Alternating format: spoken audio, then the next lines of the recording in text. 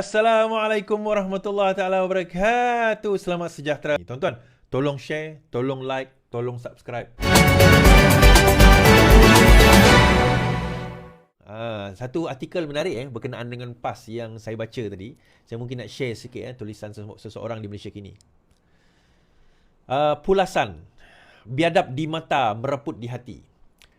Oleh Al-Abror Muhammad Yusof. Ini antara Al-Abror Muhammad Yusof, penulis di Malaysia kini ni.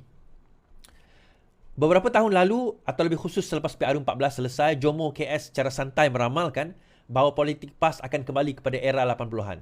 Dia membuat andaian itu dengan melihat kepada sifir politik PAS menjelang PRU berkenaan serta pendekatan mereka yang mereka ambil.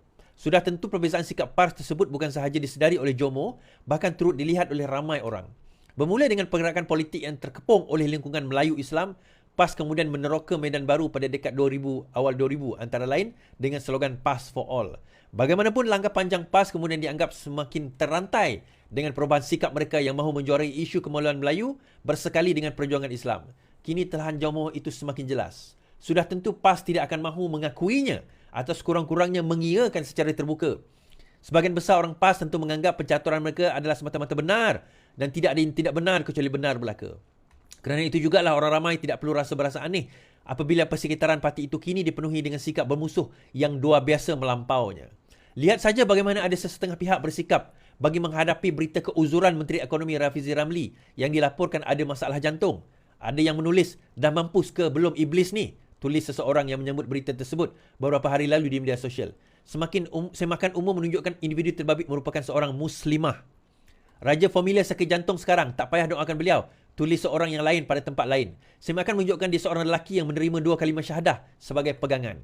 Sudah tentu itu bukanlah kejadian yang terpencil. Ia juga sudah tentu bukan terhad kepada seorang 2 individu terbabit saja. Jika mahu dan sedikit rajin, semaklah hantaran-hantaran atau komen-komen yang bersepah di media sosial. Akan dapat ditemui dengan mudah bukti mengenai busuknya hati, tengkiknya jiwa dan jahatnya sikap sesetengah orang di negara ini. Dan lebih malang, ia didokong oleh hanya perbezaan politik. Pada masa sama, orang politik yang dipuja dan dikagumi itu nampaknya tidak ada masa walau sesaat pun untuk cakna, apalagi menasihatkan pengikut mereka agar berhemah semasa berkata-kata. Perseteruan kerana berbeza pandangan boleh saja berlaku pada bila-bila masa. Namun, semua itu ada batasnya. Berdepan dengan ujian hidup atau menghadapi kematian sepatutnya membuat seseorang yang waras menekan brek pemusuhan lalu menjadi manusia yang benar. Sudah adakah teguran dan nasihat diberikan? Lebih malang lagi apabila antara komen tersebut dibuat sebagai reaksi kepada hantaran pihak pimpinan politik yang lebih malang tidak menunjukkan sebarang rasa kesal pun. Adakah mereka sebenarnya rasa bahagia dan terhibur dengan kata-kata tersebut? Sudah tentu jika perlu nanti orang politik akan mendakwa akaun media sosial mereka digodam, maka akan selamatlah mereka untuk sementara waktu. Dengan pendirian politik tertentu pula dengan mudah mereka akan disucikan oleh pimpinan atasan. Sebenarnya perseteruan dan sikap melampau sebegitu tidaklah begitu sahaja, sebaliknya diundang oleh setengah orang sejak tahun lalu. Agamawan yang tidak rasa bersalah malah bangga mencarut dan memaki orang mengajar di masjid misalnya. Ia kemudian disambut pula oleh keceluparan orang politik di pentas-pentas ceramah. Kedua-dua golongan terbabit berkelakuan begitu demi memaku minat dan sokongan orang ramai sahaja. Lantaklah apapun reaksi orang lain kerana di sana sini ada saja dalil untuk mensakralkan perbuatan tersebut. Kecuali dibezakan oleh suasana pengaruh media sosial, tidakkah persetujuan melampau sekarang ini sedikit banyak menggambarkan langkah politik era 80-an yang penuh dengan ketegangan dan permusuhan? Dan era 80-an itu bukanlah satu tempoh masa yang biasa-biasa. Pada ketika itulah terbitnya fatwa yang dilafazkan di Branggol Paradong, Terengganu. Dan jangan sekali-kali dilupakan juga bahawa kesan daripada fatwa itu bukan saja keharmonian tergugat, malah banyak darah yang ditumpahkan.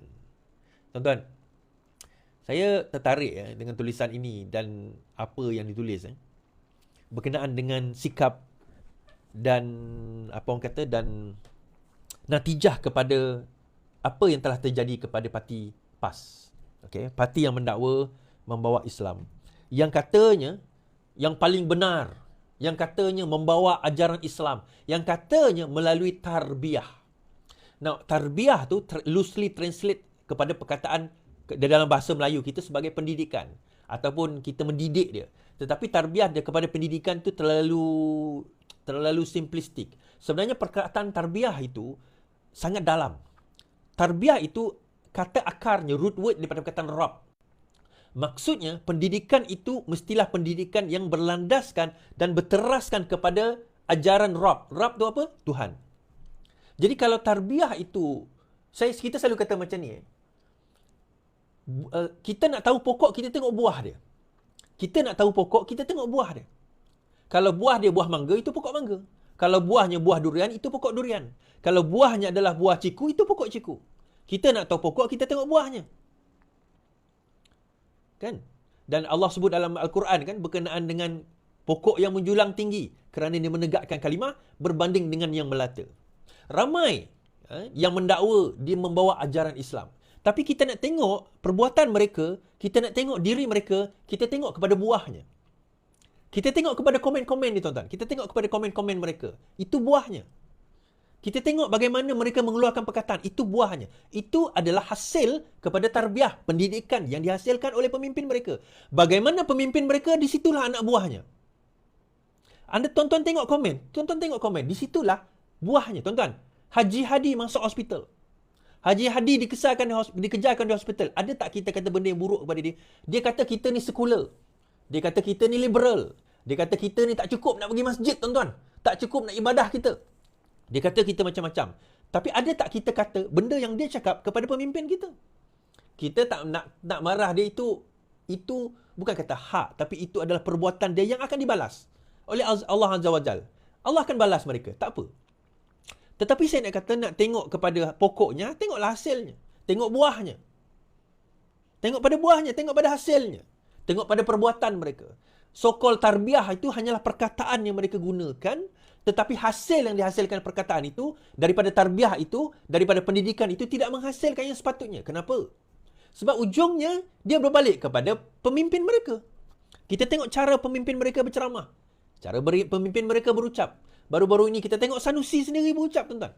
Maki hamun satu hal lah, itu satu hal. Fitnah itu satu hal. Kemudian bila disaman, dia kata apa? Oh, sebab dia kata kat aku kata kat dia balik. Saya tak pernah kata Vincent Tan itu korup. Itu jawapan dia. Tapi dia yang dakwa.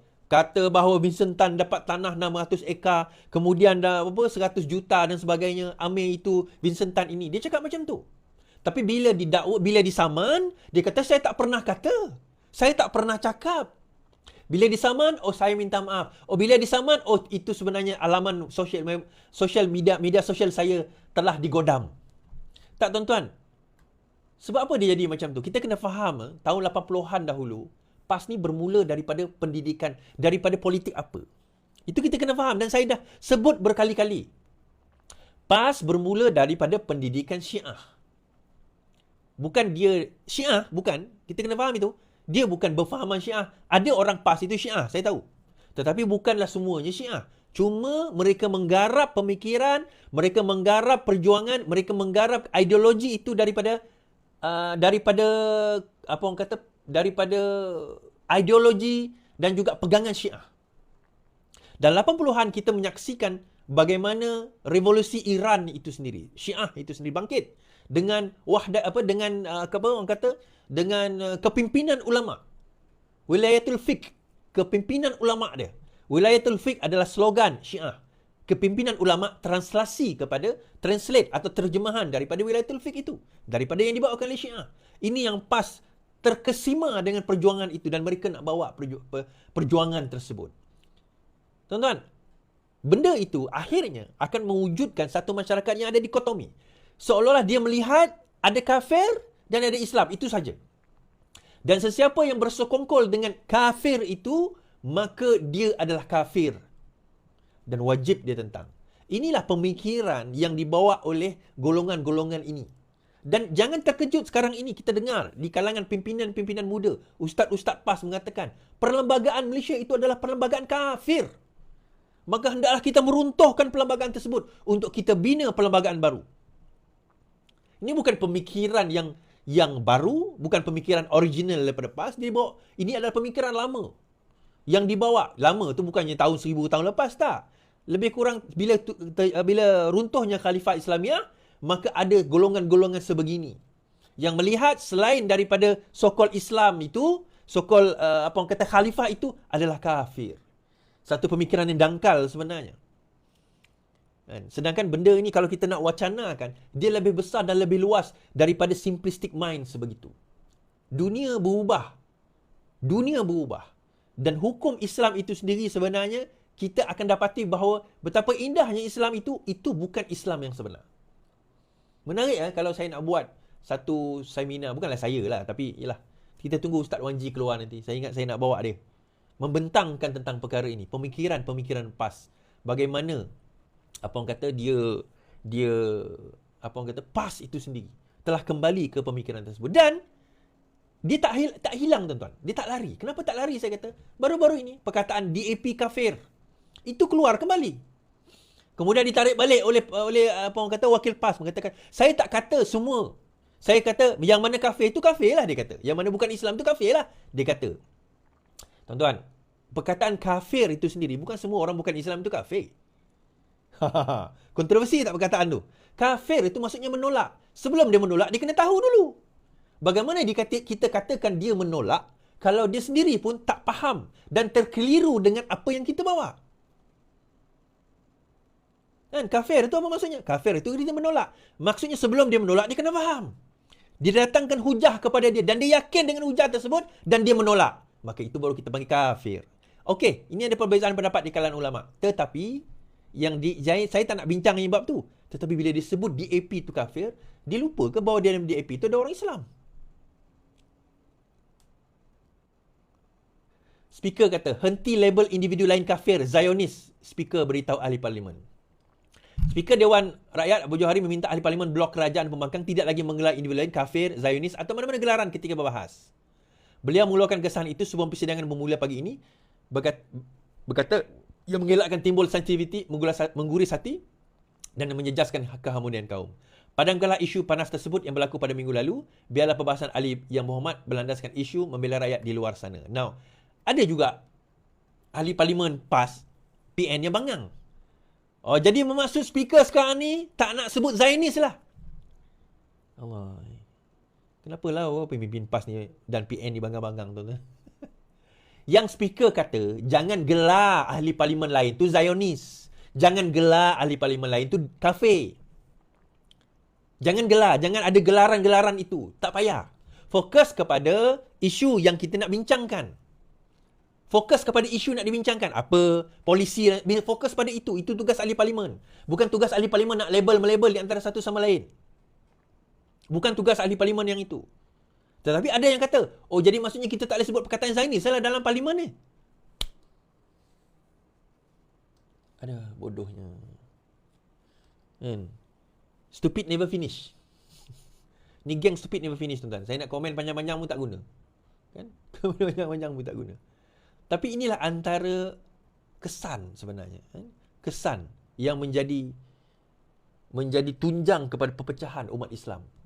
Ni tuan-tuan saya nak beritahu. Ada yang kata umat Islam kita berpecah kerana kita berbeza politik. Kerana politik kita berpecah. In a way saya setuju. Bukan kerana politik, tetapi kerana kita menyempitkan makna politik itu. Dia macam ni tuan-tuan. Umat Islam, dia kata kita kena bersatu di bawah satu kepimpinan. Dia tak boleh. Manusia ni tidak akan bersepakat dalam semua perkara. Manusia tidak akan bersepakat dalam semua perkara. Akan ada setengah perkara yang tuan-tuan sepakat, akan ada setengah perkara yang tuan-tuan tak sepakat. Kita ni akan ada perbezaan pendapat. Yang betul adalah bagaimana kita kena matang dalam berbeza pendapat. Itu yang betul. Yang salah, dua benda yang salah. Mengatakan tidak boleh berbeza pendapat, itu pun salah. Kedua, berbeza pendapat sehingga kita kafir mengkafir, bunuh membunuh, tolak menolak, apa orang kata, pulau memulau, yang itu pun salah. Dua ekstrim ni adalah satu pandangan yang salah. Berbeza pendapat sepatutnya benda yang boleh jadi sesuatu yang meningkatkan kita sebagai manusia. Sebab itu kita ada civilization, tamadun yang hebat. Kerana kita berbeza pendapat. Yang betul adalah bagaimana kita manage perbezaan pendapat. Hasan Al-Banna sebut, bersepakat dalam perkara yang disepakati. Bekerjasama dalam perkara yang disepakati dan forgive. Bermaaf-maafan ataupun berlapang dada dalam perkara yang kita berbeza pendapat. Yang mana kita beza pendapat, kita kata, okeylah bab ni, agree to disagree lah. Tapi bab ni kita setuju. Apa kita kerjasama? Apa kita gerakkan benda ni? Contoh sekarang di dalam parlimen. Kita semua setuju, kita kena betulkan balik ekonomi. Kerjasama dalam bab tu. Okey, dalam bab bagaimana nak membetulkan ekonomi. PAS mungkin ada cara dia, Bersatu mungkin ada cara dia, Muda mungkin ada cara dia. Tak ada masalah. Berbezalah pendapat bagaimana. Sebab mungkin juga pendapat daripada pihak lawan itu mungkin yang terbaik. Mungkin lebih baik daripada pendapat kita. Tak ada masalah. Isunya, kerana perbezaan pendapat tersebut, oh tak boleh ni. Kau melawan Tok Guru ni. Oh kau melawan ulama' ni. Kafe ni melawan ulama' ni. Ni kurang ajar ni melawan ulama', melawan Tok Guru ni. Dia bawa hujah tu tuan-tuan. Dia bukan bawa hujah. Oh, kita berbeza pendapat kerana 1, 2, 3. Pendapat awak salah kerana sepatutnya macam ni. Pendapat awak kata macam ni, saya sepatutnya macam ni. Kita bawa hujah yang lain. Bukan hujah yang itu dibawa. Sebaliknya digunakan, dipanggil kalau dalam fallacies, apa orang kata? Fallacy of authority. Oh, kau tak boleh cakap macam tu sebab dia ulama'. Dia ustaz. Dia lebih tahu. Takkanlah dia tak tahu. Dia tahu bidang dia lah. Bidang kalau dia belajar usul fiqh, dia tahulah bidang usul fiqh. Itu pun kita boleh pertikaikan kalau kita ada ilmu. Tapi kalau dia bercakap bidang lain, dia bercakap tentang polisi, dia bercakap tentang ekonomi, dia bercakap tentang perkara-perkara yang bukan bidang dia, kita boleh pertikaikan, kita boleh persoal. Even kalau dia cakap bidang dia pun, kita boleh bahaskan. Kalau kita ada ilmu kepada perkara tersebut. Benda macam ni yang sebenarnya, yang kita salah faham. Dan saya suka dengan penonton-penonton saya ni, sebab majoriti penonton saya ni adalah penonton yang bijak. Itu saya suka. So, cara saya lebih suka, kalau saya bawa satu perkara, tonton tak perlu setuju 100% dengan saya. Tetapi, tonton boleh berfikir. Yang itu saya nak. Sebab itu saya tengok penonton-penonton saya, majoritinya adalah mereka yang rajin berfikir dan bijak-bijak. Tontonlah tu. Ada lawan-lawan kat sini, itu normal. Baik, kita bawa kes seterusnya.